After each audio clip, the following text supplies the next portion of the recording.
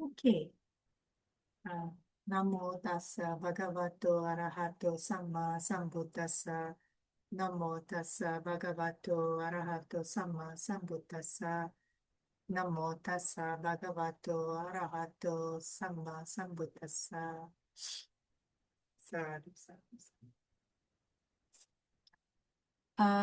Okay, before for today, we are going to continue the reading from the book, The Great Disciples of the Buddha, continuing the chapter on Venerable Mahākaccāna.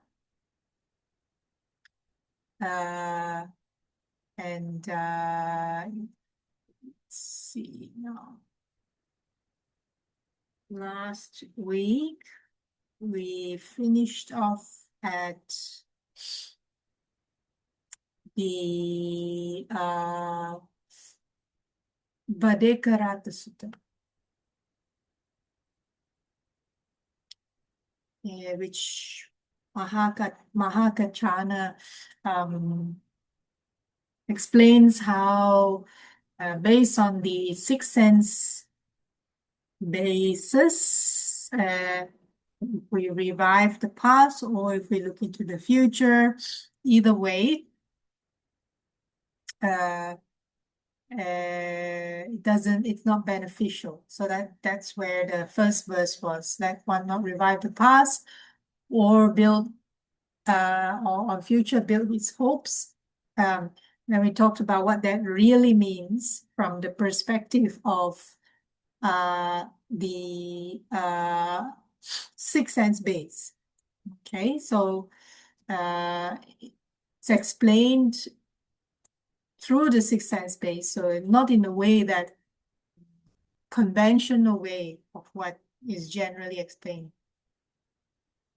Okay, and when it is explained like this, through the sixth sense base, and how that through the sixth sense base dwells on reviving the past or building hopes for the future, that is when it is basically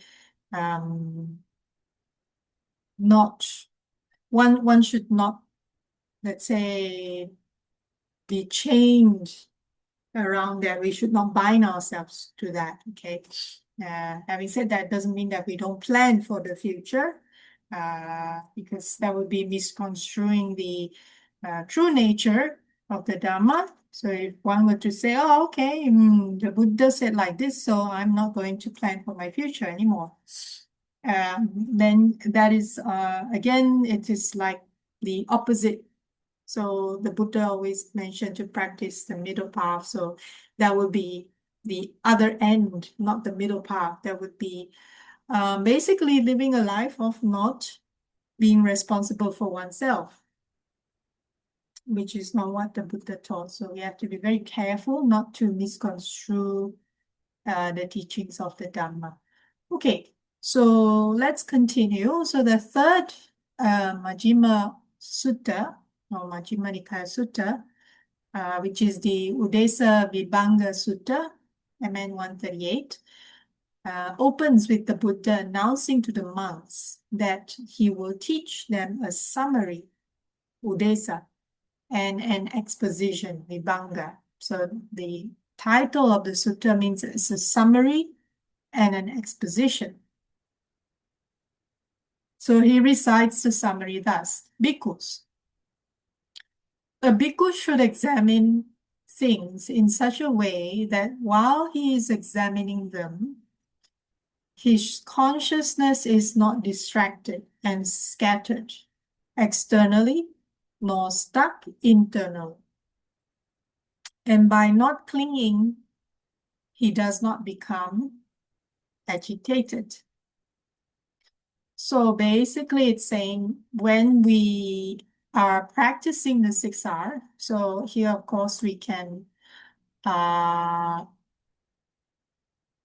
replace the word bhikkhu with students. Students the student should examine things in such a way that while he or she or they are examining them, their consciousness is not distracted or scattered externally, nor stuck internally, and by not clinging, they do not become agitated. So what that really means is when we are, in the simplest form, when we are practicing 6 hours, we just observe. We just observe, ideally with a what's called childlike curiosity. It means we have no expectation or ideally not conjuring a certain vision or even a certain feeling, just based on what we've read or based on what we've heard or based on what we've seen.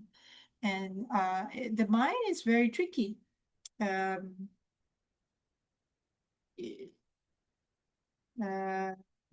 It can create things based on what we read or heard or seen.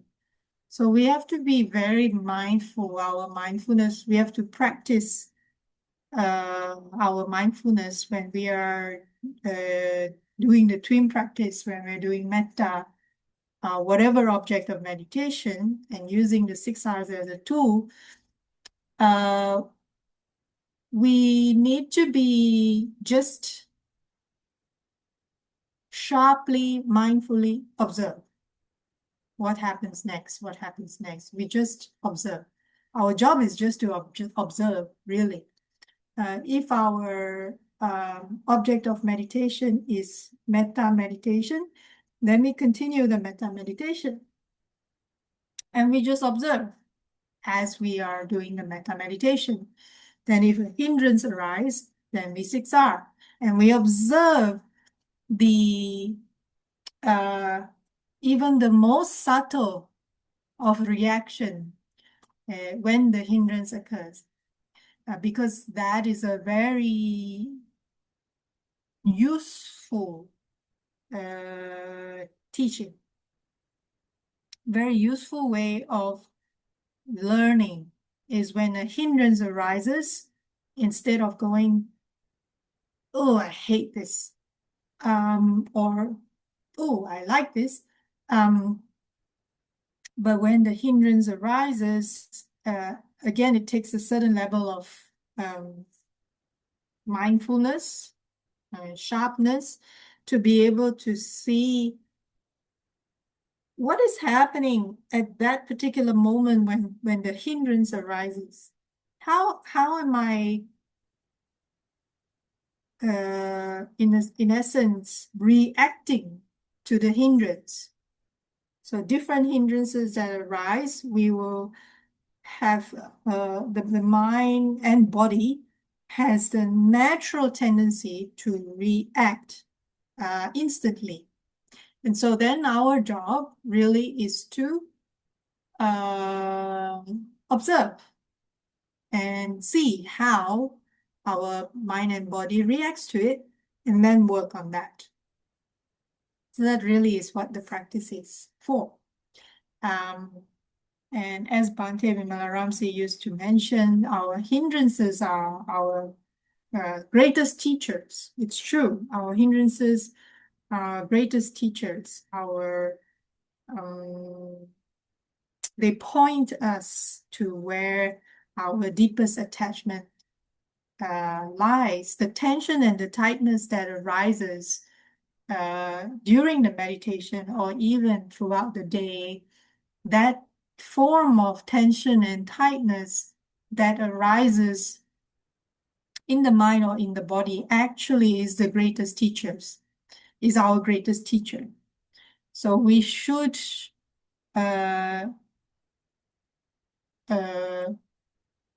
use that opportunity when it arises as much as we can to develop further in our practice. Okay, so if his consciousness is not distracted and scattered externally nor stuck internally, and if by not clinging it does not become agitated, then for him there is no origination of suffering, of birth, aging, and death in the future.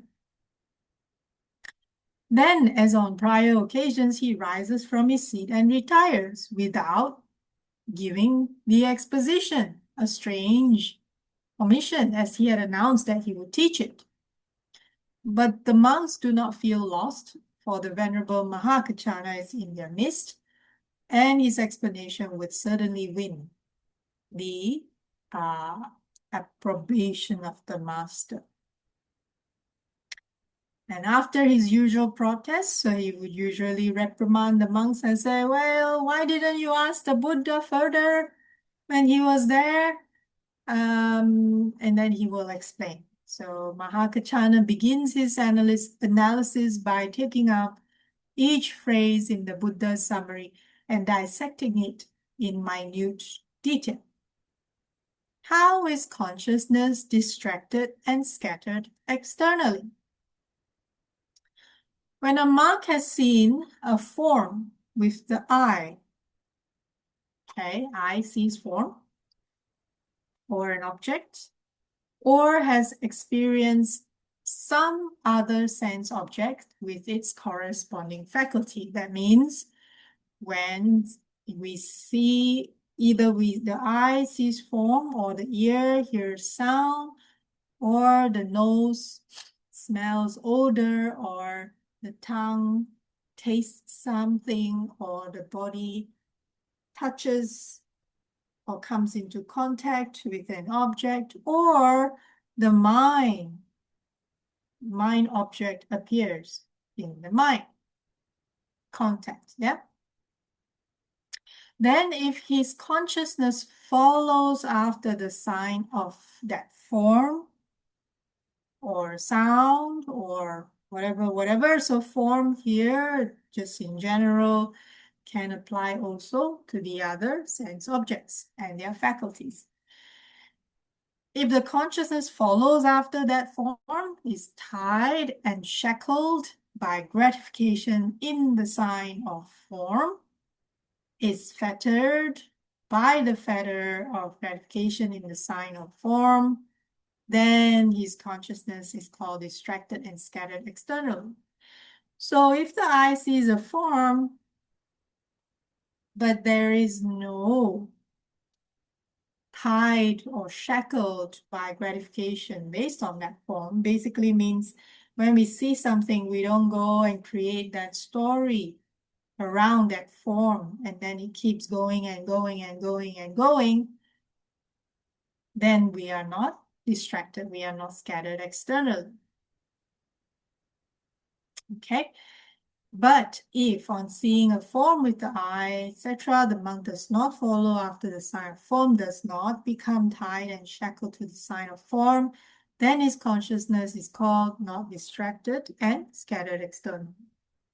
His mind is stuck internally is if he attains any of the 4 jhanas, the meditative absorptions, and his mind becomes tied and shackled by gratification in the superior rapture or joy, bliss, peace, and equanimity of the jhana.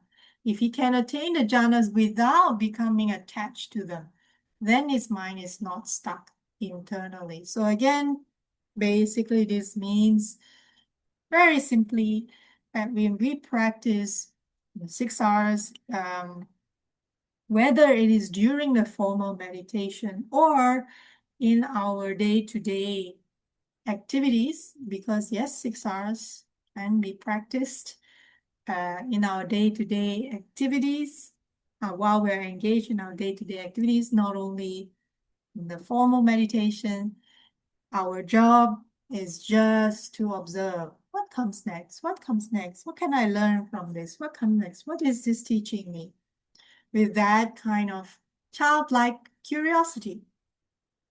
Okay, and if we don't know what childlike curiosity is, then go hang out with some kids. Hanging out with some kids is one of the easiest, fastest way to figure out what childlike curiosity is. Okay, children by nature are curious. Everything about the world, they are curious. Okay, at least up to some point. Okay, The younger ones are curious, so hang out with them. All right, then there is agitation due to clinging in the uninstructed worldling who regards his 5 aggregates as self. So what this means is when a person sees their form, their feeling, their perception, their mental objects, their consciousness as self, as an identity that they cling on to, then there will be agitation due to clinging. There will be dukkha. When his form or feeling or perception or volitional formations is just another word for mental formations or sankhara or mental objects, or there's so many different translations. Basically, when the sankhara arises or the consciousness undergoes change and the deterioration because it's impermanent, then his mind becomes preoccupied with the change and he becomes anxious, distressed, and concerned. And thus, there is agitation due to clinging. But the instructed noble disciple does not regard the 5 aggregates as his self. Therefore, when the aggregates undergo change and transformation, his mind is not preoccupied with the change, and he dwells free from anxiety, agitation, and concern. Again, as we continue to practice the 6 R's daily in our day-to-day activities, not just in the formal sitting or formal walking meditation, then naturally the mind gets trained. The mind gets used to, it's like building a habit, any habit, right? So whether you want to get rid is not a good word, whether you want to overcome a certain addiction, let's say, or you want to build a new habit. There's so many books out there that talk about how to build good habits, build new habits. Famous popular book right now called Atomic Habit, even. That means basically instead of trying to create a big, huge habit that we will never adopt, try and do bite size little by little by little until we get there. But it's all trying to say pretty much the same thing. How do we train our brain? How do we train our mind so that we build, we train it so that it changes, its behavior changes, our mind's way of responding to what we come in, our 6 sense base come into contact with. So as we continue to practice the 6 R's, what we're doing is the purification and the retraining of the mind. So that doesn't matter whether it's an external object or whether it's an internal object, it gets into that habit of just observing, gets into the habit of, not reacting unnecessarily. It gets into the habit. That's pretty much the essence of the teaching, the essence of the practice. So this, the elder states, is how he understands in detail the summary stated in brief by the Blessed One. And when the monks reported to the master, Buddha, he endorses his disciples' explanation. Okay, so those were the 3 Majjhima Nikaya suttas where the Venerable Mahākaccāna gave explanation. We'll pause here for a while before we go to the Samyutta Nikaya reading. Did anyone have any comments or things to add here?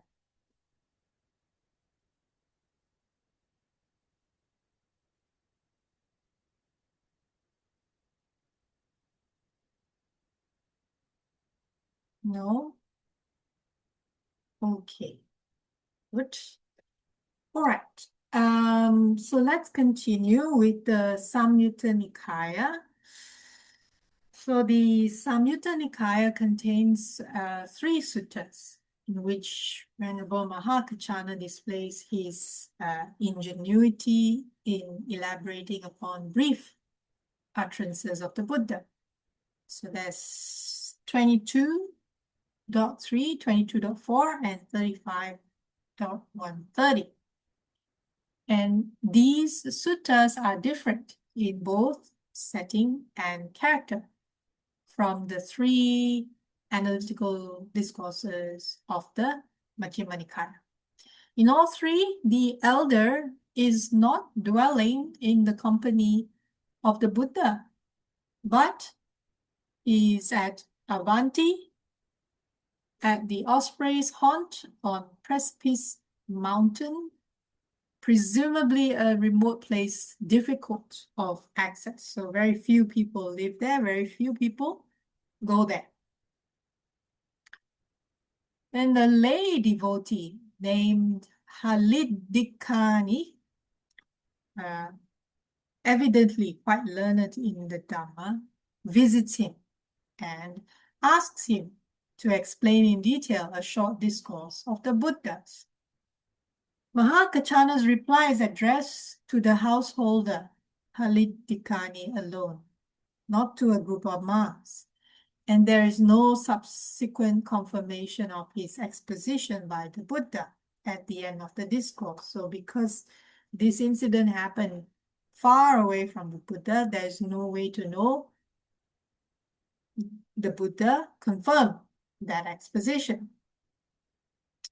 So it seems impossible to determine whether these exchanges took place during the Buddha's life or afterwards, but obviously to have been incorporated into the Pali Canon, reports of the discussions must have reached the main centers of the Buddhist community. So in 22.3, Halidikani asks the elder asks Venerable Mahākaccāna to explain in detail the meaning of a verse from the Questions of Magandhya, included in the Atthakavagga of the Sutta Nipata. So having left home to roam without abode, in the village, the sage is intimate with none, is close to nobody. Rid of sense pleasures without preference, he would not engage people in dispute. It means he won't unnecessarily quarrel with people. He won't quarrel with people.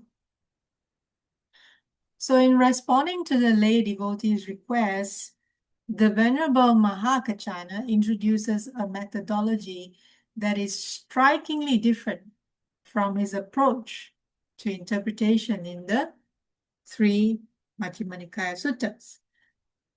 So here he does not simply elaborate upon the literal meaning of the Buddha statements. So in the Majjhima Nikayas, the Buddha said a short statement, he elaborated on those statements. But in this example here, it wasn't like this. Instead, he transposes the key expressions of the verse to a different level of discourse, treating them not merely as obscure terms in terms of in need of clarification, but as metaphor or figures of speech that to be properly understood must be redefined. So basically, he took the verse, but he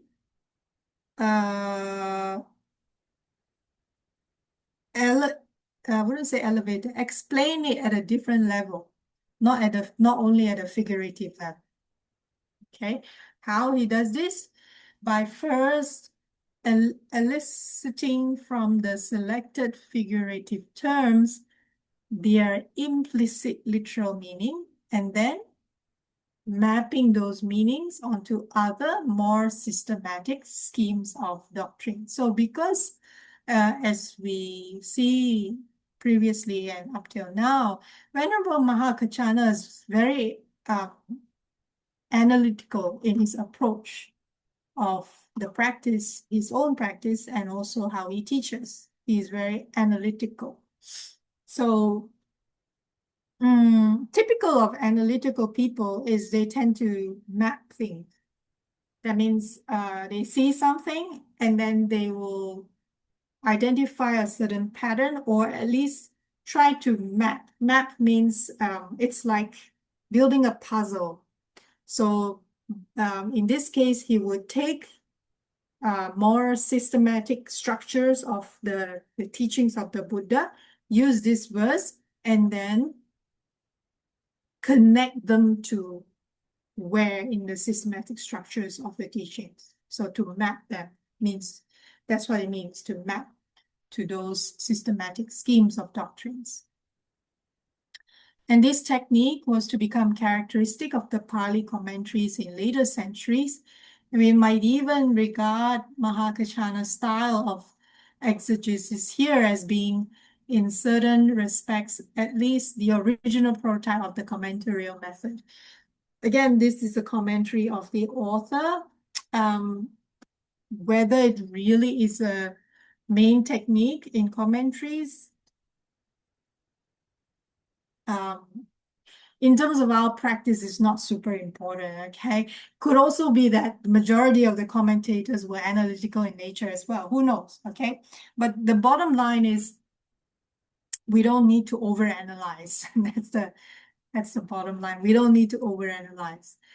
Okay, so let's see. What does Mahākaccāna say? Okay.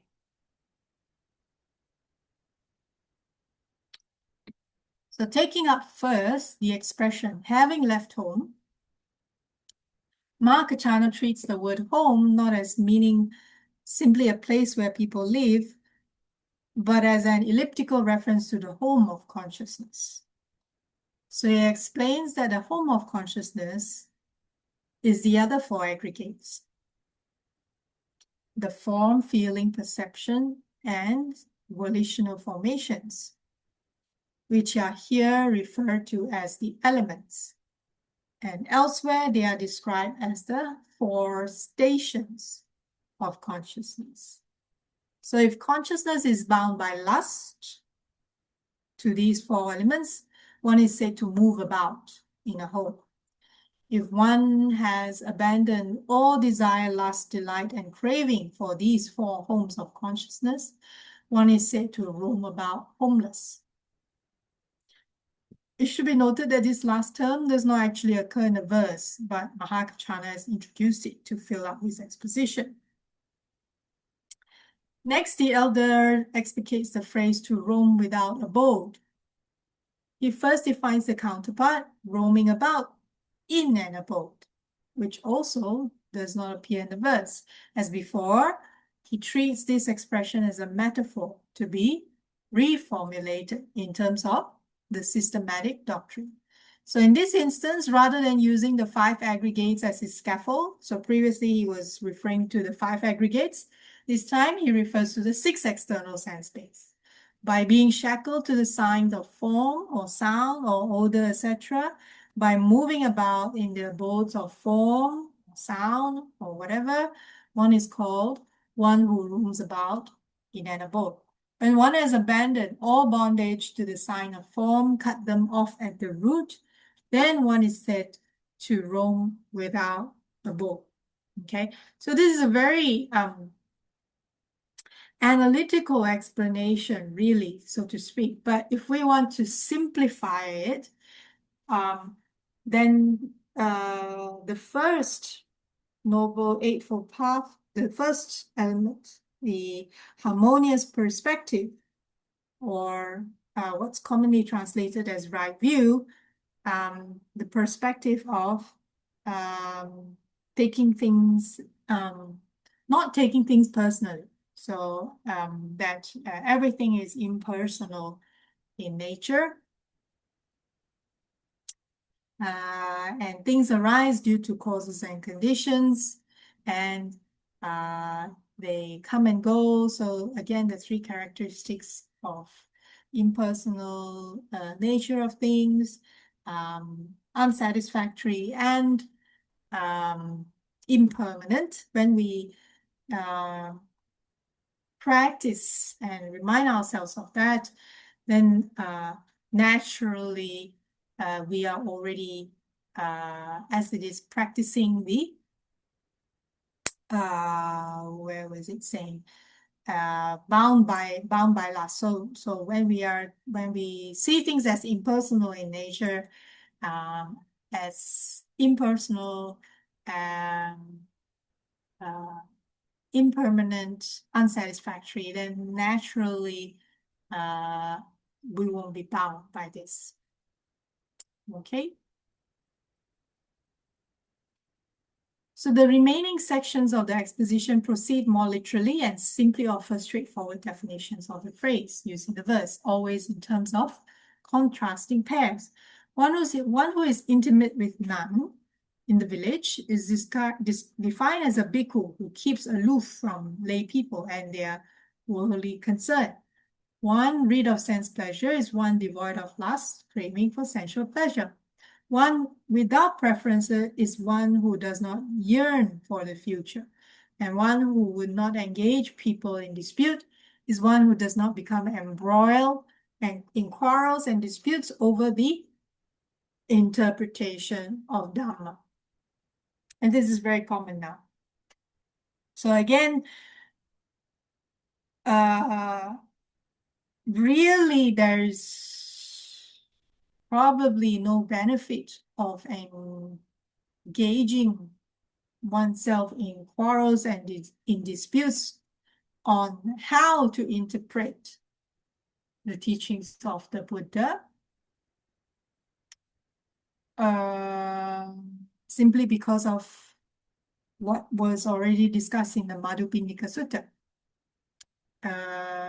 Everyone has different levels of understanding, and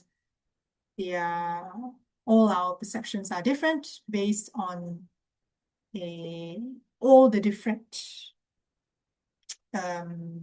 contexts that we've made. Contact meaning through the sixth sense base through our lives. So because that is all so different, it is almost like trying to map something that's impossible to map.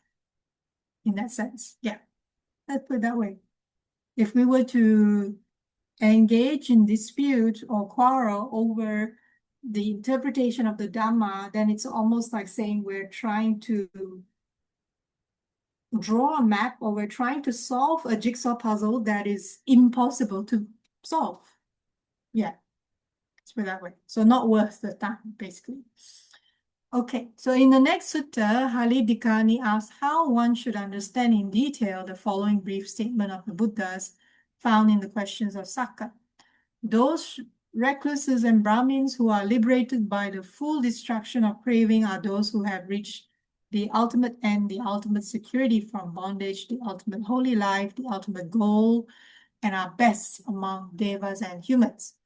Mahākaccāna explains, householder, through the destruction, fading away, cessation, giving up, and relinquishment of the desire, lust, delight, craving, engagement, and clinging, mental standpoints, adherences, and underlying tendencies regarding the material form element, the mind is called well liberated. So too, in regard to the feeling element, perception element, volitional formation element, and consciousness element.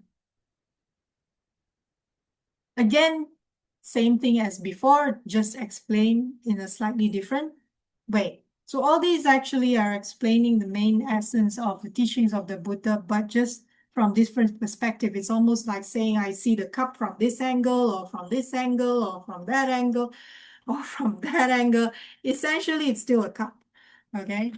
Just from different angles. And why sometimes why does the Buddha explain different things to different people? I mean, different angles of the same thing to different people. Again, because everybody has different level of understanding, different perception, different etc. So the Buddha has the very skillful means to adapt to where the learner is. Okay? So thus, householder, it is in such a way that the meaning of what was stated in brief by the Blessed One should be understood in detail. In the third sutta, Halidikani begins a query with a quotation from the Buddha, but this time he does not ask, how should the meaning of this brief statement be understood in detail? Rather, he simply requests the elder to explain the following excerpt from the Dhatu Samyutta. Bhikkhus, it is in dependence of the diversity of elements that there arises the diversity of contexts, and in dependence of the diversity of contexts that there arises the diversity of feelings. So the Buddha himself had explained this assertion by showing how the different kinds of elements condition their corresponding kinds of contact and feeling. In dependence on the eye element, there arises eye contact. In dependence on eye contact, there arises feeling, born of eye contact. Yeah. So this again comes from the Chachaka Sutta. We recite this as well again and again. And so for the other sense faculties, and Mahākaccāna, however, does not merely parrot Buddha's analysis, but carries the divisions down to a finer level. Here, householder, having seen a form with the eye, a bhikkhu undertakes an agreeable form thus. Such it is.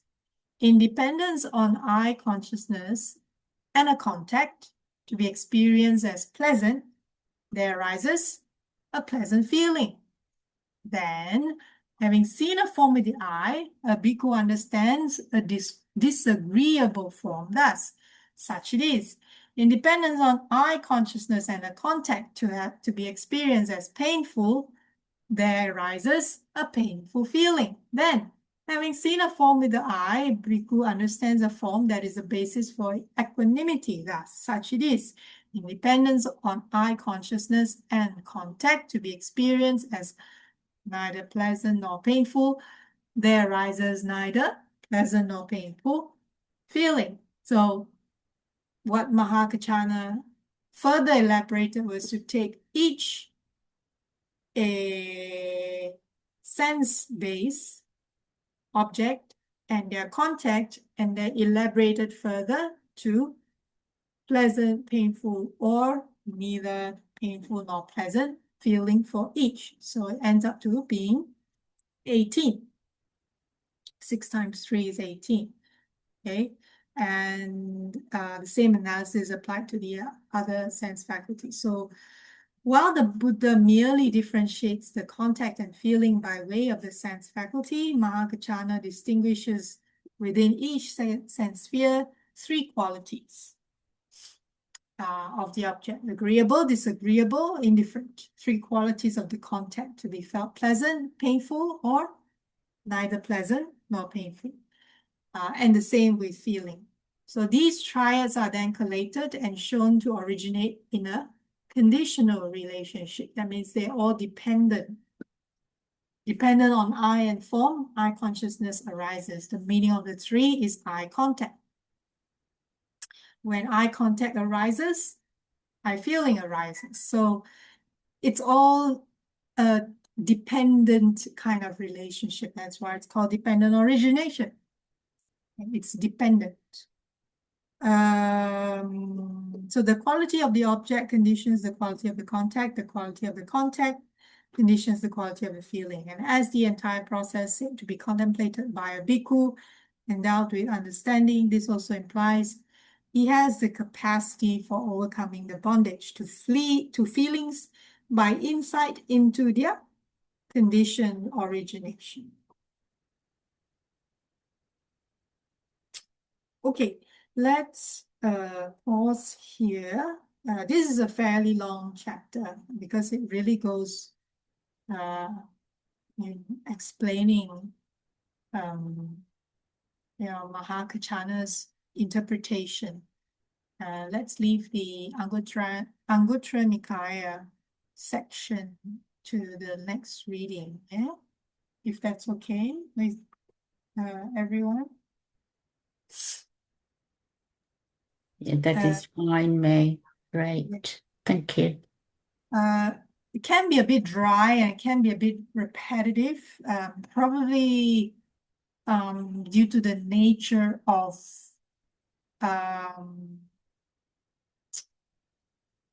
Venerable Mahākaccāna as a teacher and as a practitioner. So analytical people sometimes may come across as dry to a lot of people. Why I know this? Because my job is analytical in nature, my day job. My day job is, I have two jobs. My day job is analytical in nature.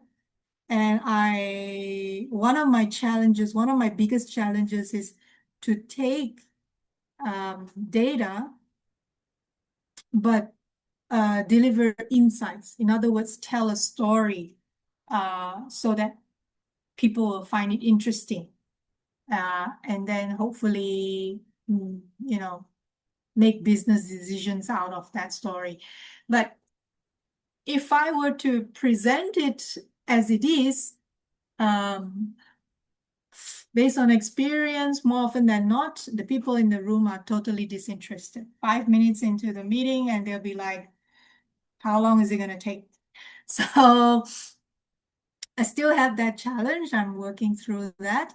But a lot of what we discuss here may sometimes seem a little bit dry or a little bit, how should I say, dry and technical, for lack of a better word. So his approach is very different from, let's say, Venerable Ananda or Mahamoggallana, even Venerable Sariputta. So, and may be difficult for some of us to appreciate. But what is clear, though, is that he often, or quite often, he goes back to the core essence of the teaching, whether refers back to the dependent origination or whether it refers back to the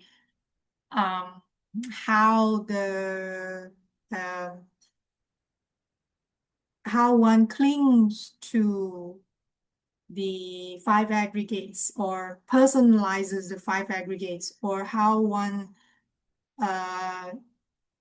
gets entangled by the contact that comes through the six sense bases. So he, as we can see already, keeps coming back to just those systematic sections of the Buddha's teaching. So he goes back to that. He doesn't, paint a picture, let's say. So his presentation may be quite dry in essence, or quite technical in essence, and it might be sometimes difficult for some people to relate. And so maybe difficult for some people to relate. Anyway, okay, let's pause here if there are no further, so we can share some merit. Let's see. One second.